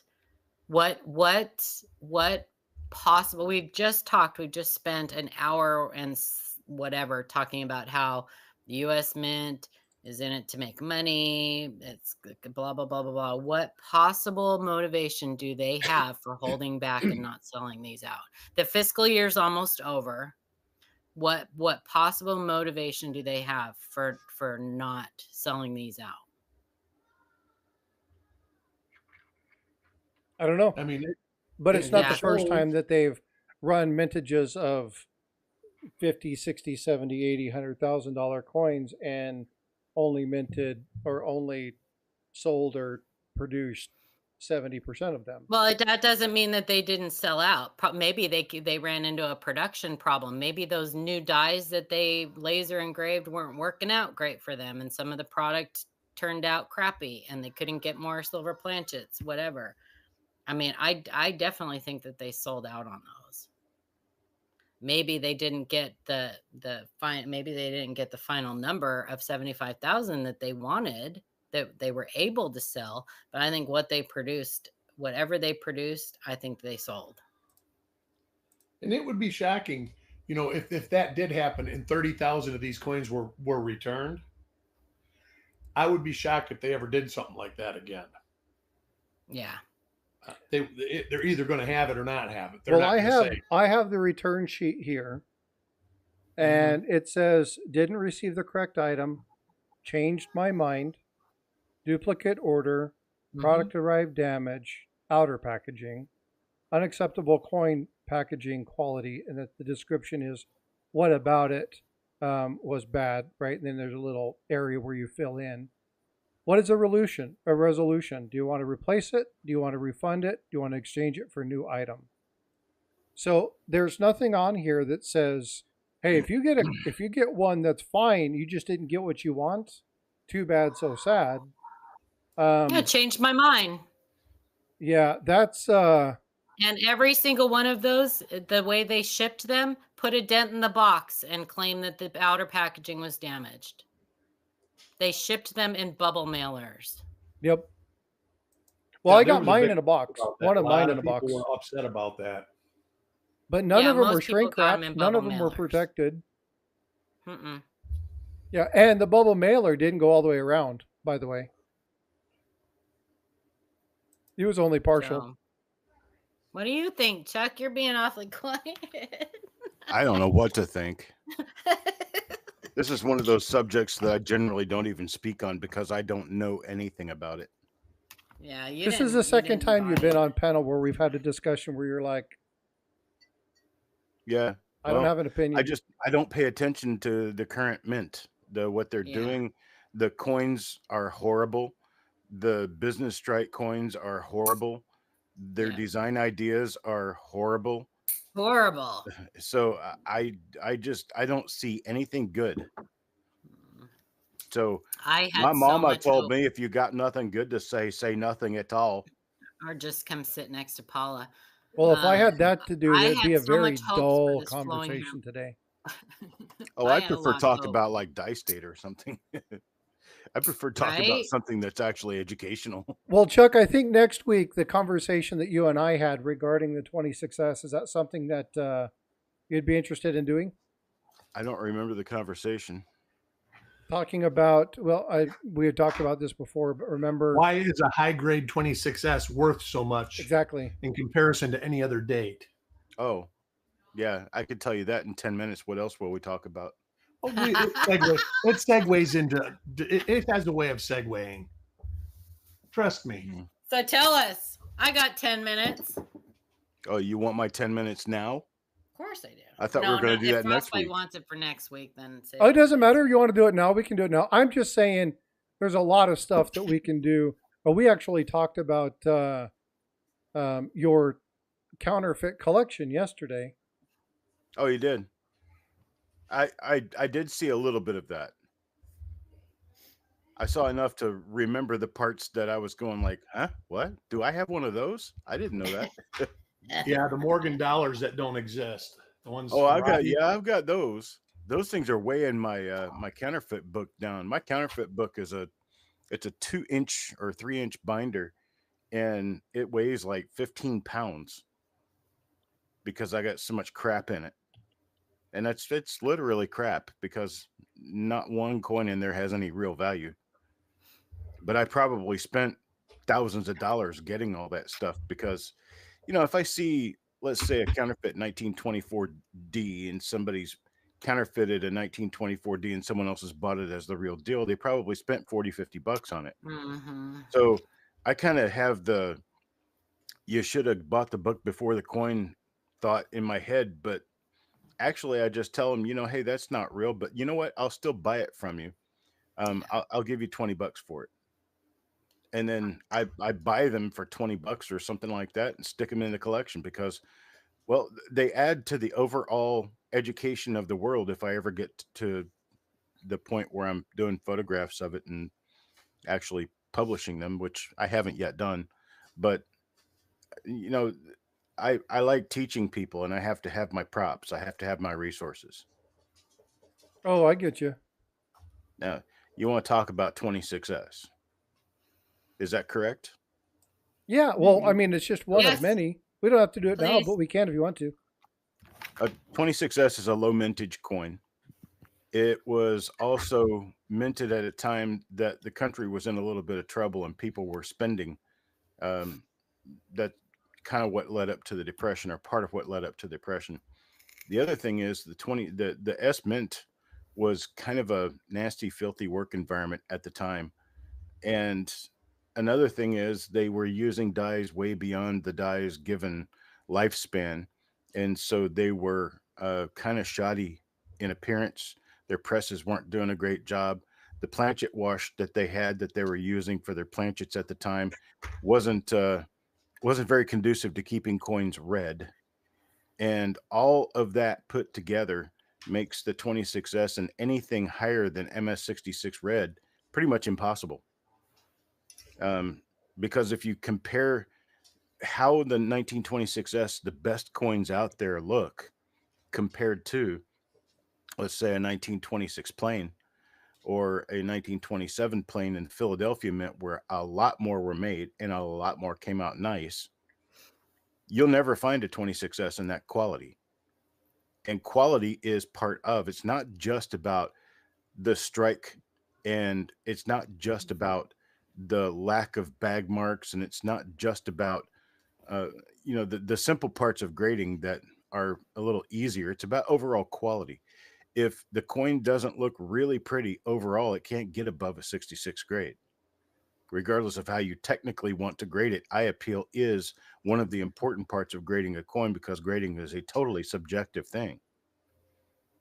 So because they were basically horrible quality coins from beginning to end, 1926S could possibly not ever achieve above a 66 red grade, which is why the finer known ones like the MS65 reds, what few are actually out there, they're really valuable. I mean, they're 25 grand plus. It is the condition census rarity for the entire set because I don't think a 67 red exists, and 67 red is actually relatively common with some of the other coins of that era. And that's what I got to say about that. It's the part of it is the wash. The wash turned the coins brown over a lengthy period of time. So most of the early branch mint Lincolns, if you look at them in red grade, you're not going to see that nice, brilliant orangish red color that you'll see with more modern wheat cents. It's that yellowish, orangish red color that people are really after. What you're going to see with these is more of a pinkish to I don't know, weird color starting to turn brown. And that could possibly be because they were mucked with at some point and there's just not really good evidence that they were, so they grade anyway. It's like that prom dress pink. Yep. and they no matter what you do, they're going to be ugly because if you try to do anything with that and change that color, you're going to change it in the wrong direction no matter what you try to do. Because oxidized copper is oxidized copper. It can't go back to an unoxidized state. I've had this discussion with people in the past, and there really isn't anything safe that you That's can just do. A 26. It's not a 26S. Yeah. Well, that shows you a 1926 and how pretty they can be. Yeah.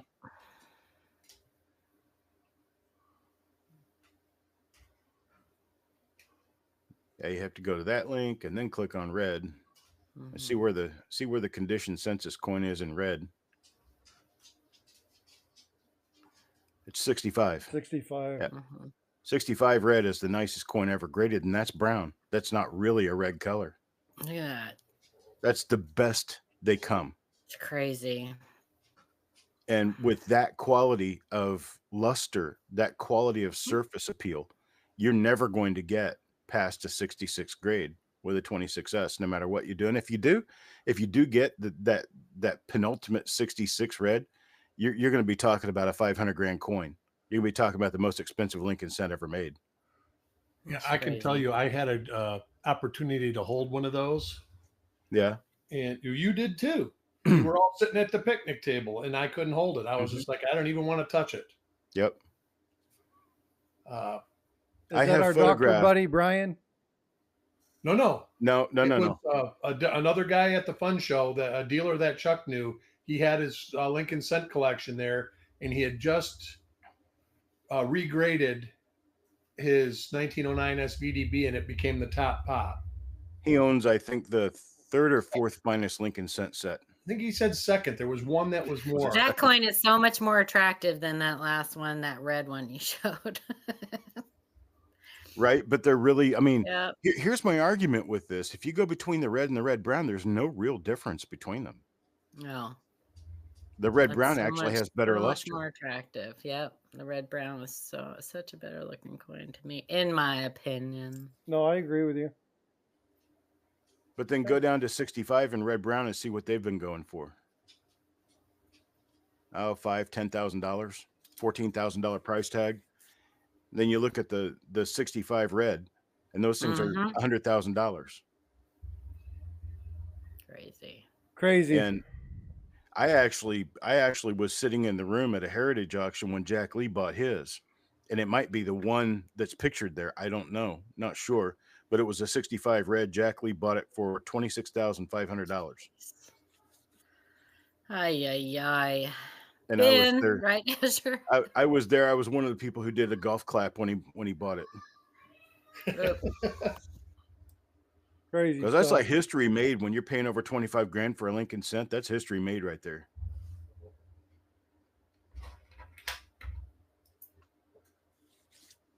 That's a lot closer to what mine looks like. Except mine has a few more marks on it. Mine's probably a 64 brown. I like that. I do like that. Very pretty coin. It is, but that one's been cleaned. Somebody touched it. Yeah, it's messed with. Well, it's not only fingerprinted, but it's also messed with. It has No, yeah, that's what I meant. it has a chemical sheen to it that has a fingerprint messing it up. But that chemical sheen is a very old chemical sheen. It's not something that's been done in recent past. But I But like it. And is it straight graded because it's been so long ago? it's straight graded because there's not a lot of evidence to prove that. Was that a 66 brown? Yeah. Hmm. So there's a beautiful coin that has turned because of the planchet wash. Mm-hmm. They just don't stay red. I see, you get me on the right subject. It is And a beautiful coin, though. And I don't shut up. But you start talking about Disney and coin privies and stuff, and I just That's why I brought you up. I just Come on, Chuck, come up here and talk about talk about something worthwhile. something. I don't know. I'm over it. I don't want to give those people any more of my time. I just think it's crap. When I left Modern Coin Mart, I never looked in the rearview mirror. Yeah. Not one time.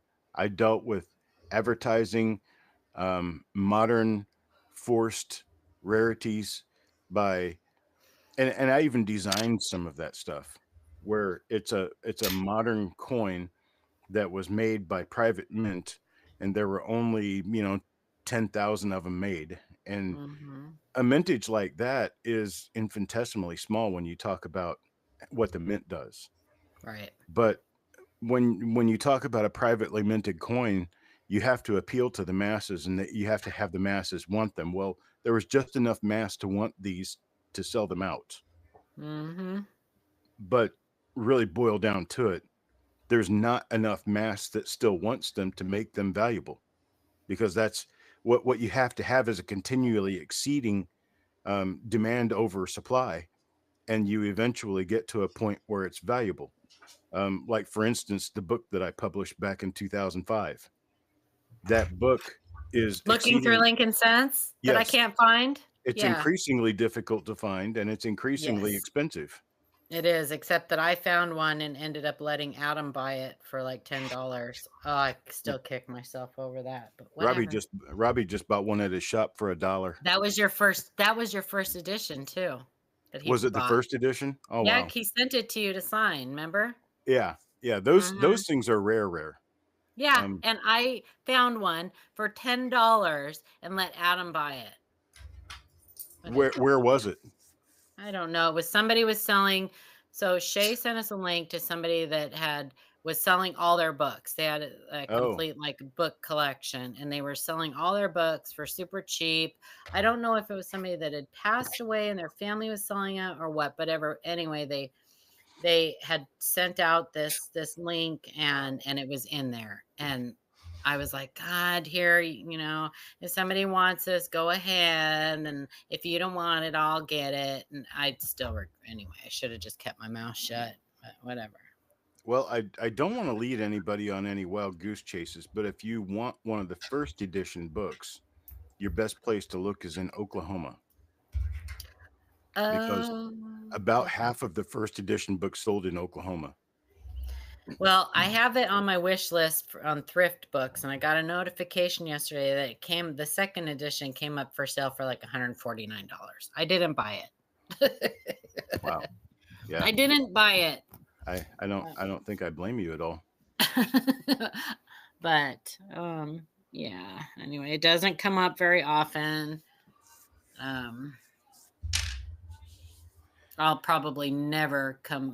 I'll never come across a deal like that again. I don't know, unless I can find somebody like Ken or somebody that has one that they're willing to part with.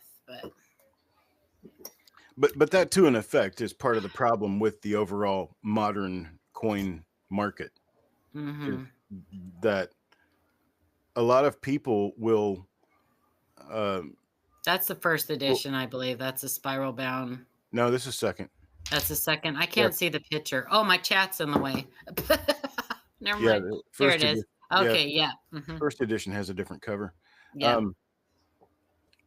It's also I just saw the 304 spiral. pages, not 335.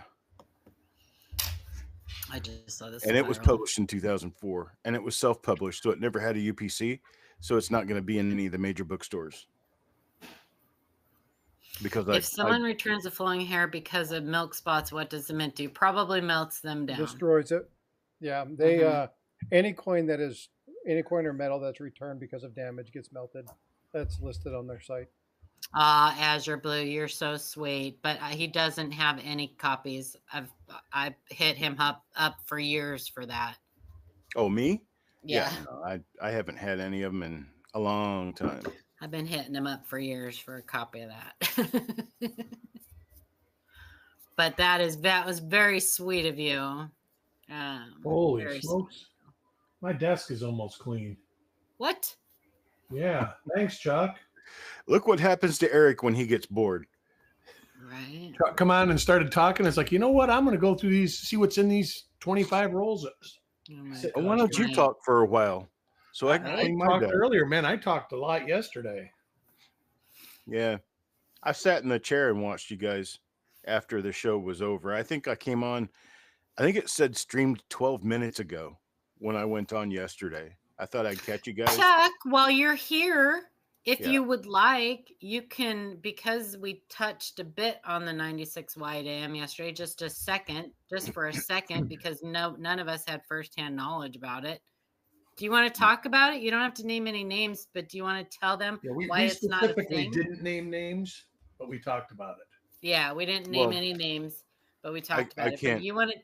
Can't really share the story without naming names. If that's allowed, I'll do it. Well, I don't. Yeah, it doesn't. I don't think he cares. I don't think Frostbyte cares. I don't think anybody cares that was involved. I'm not thinking about it. Yeah, no. Not gonna be anybody that's gonna be watching. Okay. It was sometime in 2000 or 2001. Maybe. Hold on, I need my popcorn. That there you go. Okay. Yes, now I'm front stage and center. Thank you very much. Thank you. It was sometime in 2000 or 2001. A numismatist and author by the name of Billy Crawford came up with images and sent them to a small circle of people.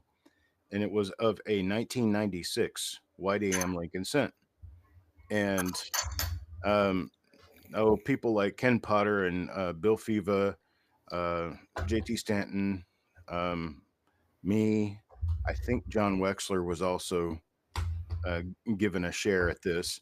And basically he emailed it to the group, and the group started having a little bit of a chat through the email where they were wanting him to send the coin, let us look at it, let us see it, and let us photograph it, blah blah blah.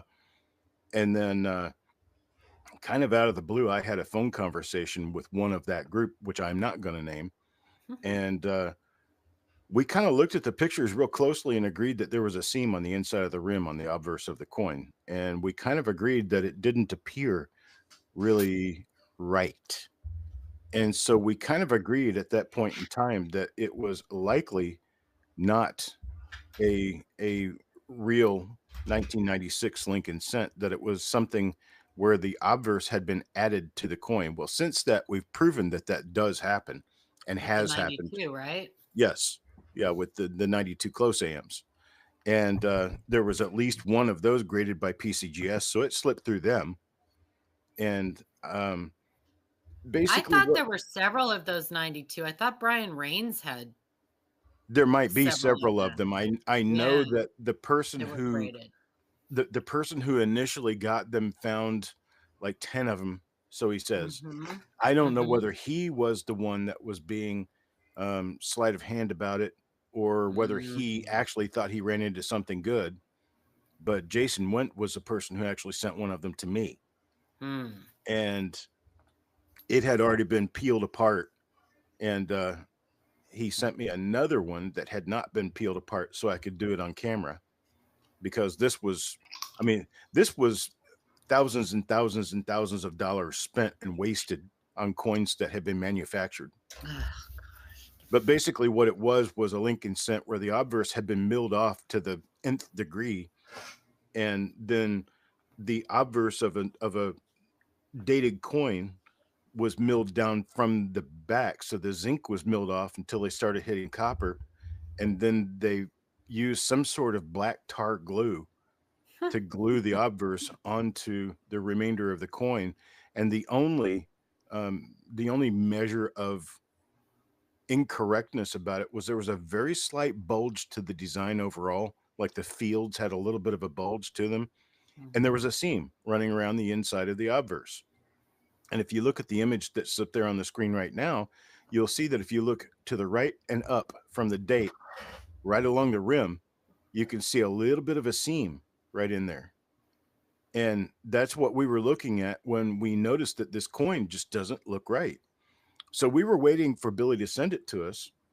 And Billy went to a coin show, I think in Sumter, South Carolina or something. He was from South Carolina. So he went to a coin show in South Carolina and called the police and reported a robbery, that he had been robbed at the in the parking lot of the coin show. And as a result of this robbery, he lost this coin in one of the boxes that he was carrying. And he was supposed to have been sending the coin to us, but he claims that he had carried the coin to a show to get it graded or to show it to somebody or something, and lost it in a robbery. And later he was pressed. Now, if I'm not mistaken, his brother had something to do with it, where he was questioned or something to that effect. And it came out that he actually did not get robbed and that he had filed a false police report. And he got in trouble for that. And then about 2 years later, he passed away. So Billy's no longer with us, but no one ever saw that coin except Billy. If it even exists, that could be a graphic job for all we know. And Yeah. I could reproduce a graphic like that in 15 minutes. So I don't know. Nobody really knows whether the coin actually existed because nobody saw it but Billy. I was talking earlier about how, isn't it funny that happened so long ago, and yet people still, new collectors Yep. are still believe it's a thing. Yep. There are still people out there looking for the 96 wide AM. Now, Mm-hmm. there's some chance that it could exist, a 95, a 94, a 97. Any of those could possibly exist. Of course. We were But just saying that earlier. It's been better than 20 years now, and nobody's found one. Right. So that kind of tells us that it may not exist. None of them existed until they did, right? But you know what? Wasn't it just a few years ago that the 98S proof close AM was discovered? Or no, that was 2004. I was the one. 2004. Okay. Yeah, I brokered the sale of the discovery piece, the very first one. Okay. That was at a coin show in Oklahoma City. And in fact, it was the coin show where I took my book to sell my book. It was the very first place I publicly sold my book. Oh, wow. And I found this coin at the show, made a phone call, and the guy says, yeah, sure. Buy it for me if you can. And I said, well, what's your limit? And he said, well, try to get it for around $1,200 and see what happens. So I ended up buying it. I bought it for $1,400. And I took the coin, and it was still in the original proof set that it had been discovered in, with a newspaper article from the local newspaper saying that they had found a rarity, blah, blah, blah. But yeah, this 98S wide AM proof was in this proof set, original box and paperwork. It looked like a $10 proof set, but I put that in registered mail the next day to the person who purchased it from me. Close, right? And close. Yeah. No. Yeah, the close Yes. AM. That's right. And the 99S too. Maybe it was the 99S that Victor Cruz found. I can't remember. Somebody found one. The 99S is like 10, 15, 20 times as common. Yeah. I actually found 2 or 3 of those at a coin show, and an ex-wife, a previous wife of mine, one of my test wives. Test wife. Yes. She attended that show with me because it was actually, we lived in Missouri and it was in Memphis, Tennessee. So it was a 5-6 hour drive to that. But at that show, she was going to be doing basically nothing. So she asked me to teach her something so she could look. And so I showed her what a wide AM was, gave her a loop, a wide and a close AM, and gave her a loop and said, go check all the 99 proof sets you can find. She actually found one and bought it. Nice. I sold a set last year in Tulsa, 98S and a 99S graded. Oh, you had the 98? Wow. I had both of them. Yeah, I don't think there's more. I don't think there's more than a couple of dozen of those known. Yeah, I sold the pair for pretty cheap. The 99, there's hundreds and hundreds of those. I've got 2 or 3 of those sets right now. The 99. I'd have to dig through boxes to find them, but yeah. Yeah. So what else do I talk about? I'm surprised. Had Brian Rains been there last year, he probably would have fought for that one. But maybe, yeah. Yeah, he's bought a few things from me. I'm a sucker when it comes to like selling my stuff. People can talk me down to. Yeah, it's crazy. That's well, you why never I don't know do it. if he's buying or not. Some shows you go and he's like, nope. Yeah, Not buying. He bought. And then other shows you see him cherry picking the whole show. It's very unusual that he's not buying. There's usually a sign on his table that says, "Come and find me. Here's my number. Call me." Yep. Well, the thing with Brian is he's a one-trick pony, and kind of like I am. If I'm out of money, I'm out of money. My business is out of money. I'm out of money. I can't buy anything. And it's the same thing with him. If he had just made a large purchase of somebody's collection or something, he's not going to be buying. Yeah. And he only stays like one day. He only stays like one day. He's never there on Saturdays, I think, because he's a Seventh-day Adventist. Yeah, that's a religious conviction. Mm-hmm. So that's I've had dinner with him, and we have to pick we've had to pick the restaurant and the time and the day around his religious schedule. But I mean, Brian has always been right straight up front with you. He's always been very that I know of. He's always been extremely honest with everyone. And if you want to have a conversation that will end before sunset, you have to you have to not talk about VAMs. Because he will talk with you about VAMs all day, like it's something everyone knows. Well, you know that VAM 27A. I'm like, no, I don't. But Chuck, he also has a story for just about everything that's in his case. Oh well, yeah. That's another thing. You say, hey, how much for that coin? And it always is, oh man, I don't know if I'm going to sell that. Yeah, right. That's his first lead line in sales. I'm not sure I want to sell that one. Well, you can buy it, but it's not going to be cheap. That's usually what that means. That's code. Yeah. Because there was a 43 DRPM, and I'm thinking, oh, he's going to ask $300 for it, and I'm going to say $250, and I'll buy it. I think it's like RPM 3 or something like that, the big one. Mm-hmm. And it was like, I want $1,300 for it, and I was just like, oh. Even Brian was with me, and he's like, man. He says, that's worth $500. And I looked at him. I said, man, I can remember him selling on eBay for $25. You better be sitting down when you talk to him about stuff like that. Otherwise, you'll hurt your head. Right. Did you make it over to his table, Frostbyte? You're muted. Yes, I did when I was in Tulsa. Okay. Yeah. Good. Yeah. He's got some amazing stuff. Especially when he brings it all.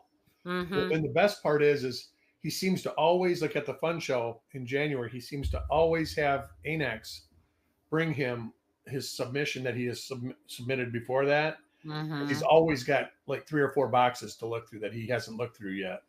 And that's a good time.